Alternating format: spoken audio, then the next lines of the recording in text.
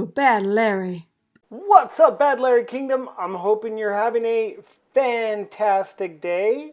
Get it? Fantastic, Fantastic Four. Anyway, I'm your host, Bad Larry, and in this episode, we continue the Inferno series with Part 8, found here in Fantastic Four number 322. This issue is dated January 1989, but was released to the public in September of 88. The writer is Steve Englehart, and the artist is Keith Pollard. Before we get started, hit that like button and subscribe to the channel so you never miss an episode. On the cover here, we see the Human Torch is apparently going to solo Graviton here. And in the upper right hand corner, you can see that this issue is indeed connected to the Inferno event. And after reading this issue, the connection is maybe slight, but it is impactful for sure. You may be asking me, hey, Bad Larry, is this Graviton guy the same as Count Nefaria? They look basically the same, and the Count Nefaria Marvel Legends toy just came out. Is this him? The answer is no. They are totally and completely not connected. Who came first, though? No diddy.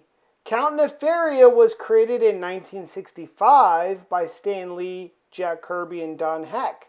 And this character, Graviton, was clearly a direct copy and was created in 1977 by Jim Shooter and Sal Buscema. The hairstyle, the facial hair, the cape, the boots, the gloves, all look like a direct ripoff. So the characters look very, very similar, but are totally different characters.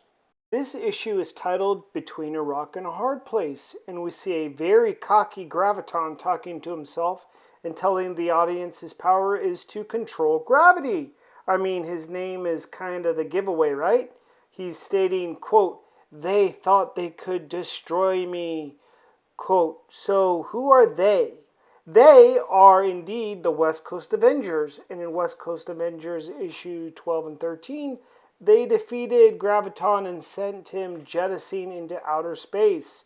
The problem Graviton has is his power control. It took him a good long while, careening further and further into the blackness of space before he regained control of his powers, got himself together, course corrected his little rock base back towards Earth for round 2. Here we get the first glimpse into the Inferno series connection. Graviton can see the demonic occurrence that is happening now in New York City, but from far away from space, Graviton sees it as a, quote, gravitational anomaly, end quote. And on the bottom panel, we get the typical tie-in with the comments about the heat, the fire hydrant, and the mailbox being possessed, which we saw already in Exterminators and Uncanny X-Men, which is cool that all these writers can get together with this big event and tying everything in with each other's books. But what is interesting is that I see two things with Johnny Storm, and no Reed Richards and no Invisible Woman. I am totally unaware of all the events before him that caused this team to look like this, but what I can tell you is that the thing in the middle with the costume is a lady thing called She Thing. Real name, Sharon Ventura. We can see she was a fine-ass female called Miss Marvel before being transformed into She Thing, and will eventually return to human form. I do not know when that will happen. If you do, let me know down in the comments below. Also, oddly, the Thing is more rocky and spiky than normal. Again, I do not know when he evolved into this form and when he devolved back to the smooth, rocky look. Let me know if you're aware down in the comments below. The Human Torch saves a civilian from the mailbox, but doesn't have a clue to what actually is going on, as he was last seen battling the Angler alongside Quasar in Quasar issue number 3. So Human Torch has also been off planet while these Inferno schemes have been unfolding in his city. I enjoy how Thing and She Thing are casually destroying the possessed objects so easily, almost not even distracted, while they're having a, quote, skin discussion. Ben here points out that Sharon has mutated into a rock-like being from her lizard-like hide, just like he did. When the Thing first mutated in Fantastic Four number 1, He had a lizard-like hide until he eventually evolved into his trademark rock-like appearance found around Fantastic Four number 10. It was explained in Marvel 2-in-1 number 50 that the Thing's form continued to mutate. Sharon's form has also followed this transition after she was mutated in Fantastic Four number 310. Sharon mentions how this transformation began last issue. However, the artwork in that story showed no indication that this transformation was taking place. Ben here mentions all the times he was changed back into human form. The most recent time being in Marvel Superheroes Secret Wars number 2, when he discovered he could change back and forth between human and Thing forms. But he eventually lost this ability at the end of Thing number 22. Ben also mentions how Mr. Fantastic could change Sharon back to normal. He is referring to Fantastic Four number 245, when Reed Richards theorized that Ben was locked in his Thing form due to a psychological problem, not a physical one. We see that Johnny Storm has married Alicia Masters, now Alicia Storm. And yes, the poor lady is blind. She was blinded from the age of 15, which is why she has those blind eyes in the bottom left panel. Johnny is flying her to his headquarters as their apartment is no longer safe. What is very interesting here is that the woman here claiming to be Alicia Masters is actually a Skrull spy named Lyja, which was revealed in Fantastic Four number 358. Lyja took Alicia's place during the events of Fantastic Four number 265 in order to spy on the Fantastic Four. So if you are not keeping up with the Fantastic Four in these issues, there is a lot of tomfoolery going around, okay? Dragon Man and the bald-headed dude, which we don't know his name, who is one of the Watcher's race but is stated to be not the Watcher, are in fact watching the Inferno events unfold.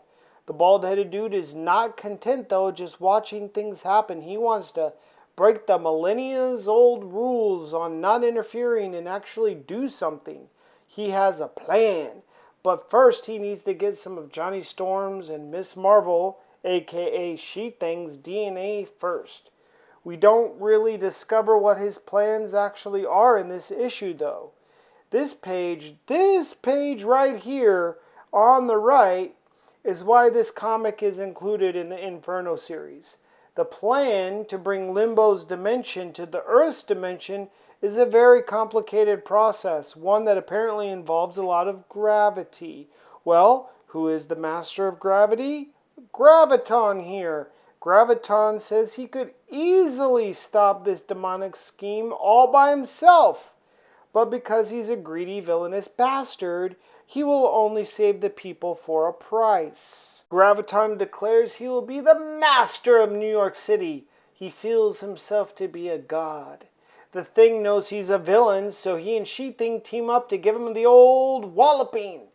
But Graviton can condense his flesh using gravity to be more dense than both the Thing and She-Thing's. So he plays with them like they are mere feathers in a breeze. Graviton smashes both things together like peanut butter smashing into jelly, and rockets both their asses Superman style through buildings across town. Wow! Graviton brings them back, slowly smushing them into the ground, but hits them with a bar. Quote, "New thing, old thing, you are nothing." End quote. Noise. The Human Torch joins the fight, and we see his fireballs don't hurt Graviton at all. But the actual heat does. Interesting. So Graviton sucks all the air from the area, suffocating Johnny and seemingly ending the battle.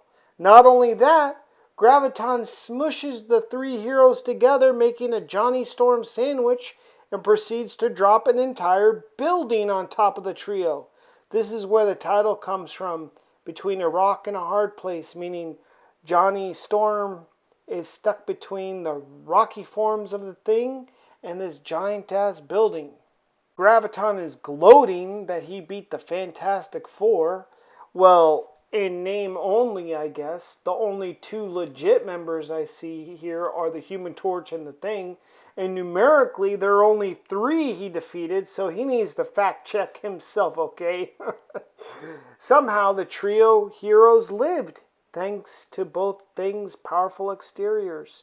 There is just enough oxygen for Johnny to flame on and burn his way out of the rubble and get back to the fight. Round 2.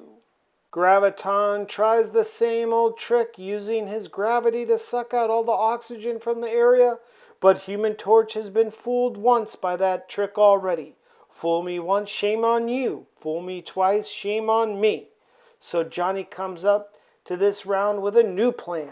He can draw oxygen to him as well, feeding his flame. So Johnny draws a lot of oxygen to him, and coupled with what Graviton is doing is creating a gale force wind, all going in Graviton's direction. Graviton mocks the wind flame, unimpressed. Graviton tries to draw a Human Torch to him, but Torch goes white hot, resisting Graviton's powers, and sends a bunch of flames in the shapes of himself toward Graviton, trying to overwhelm him. The plan is working. Graviton is being burned.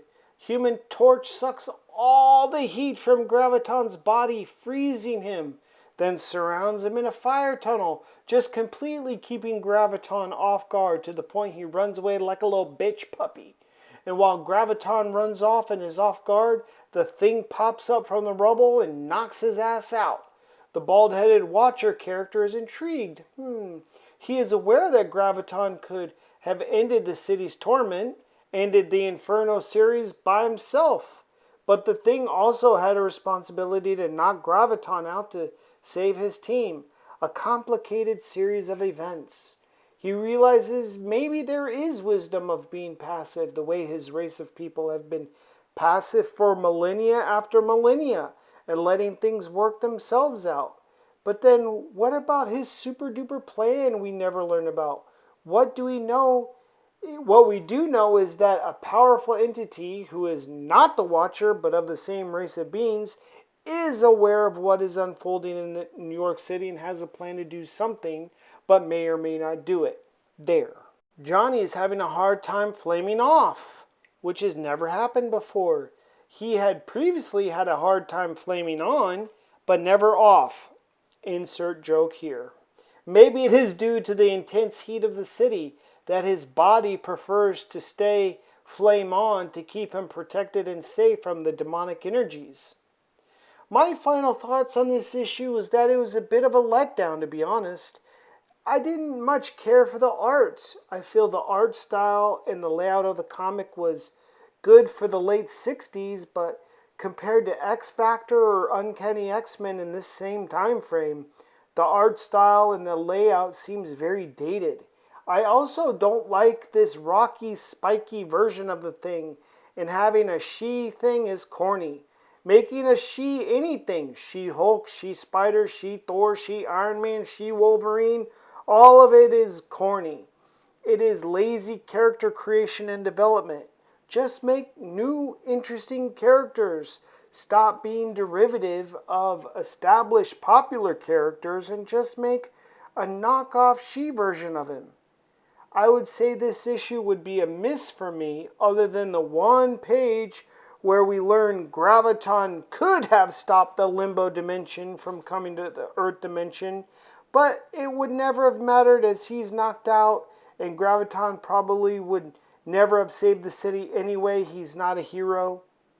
But still hit that like button. These videos take a lot of energy to make.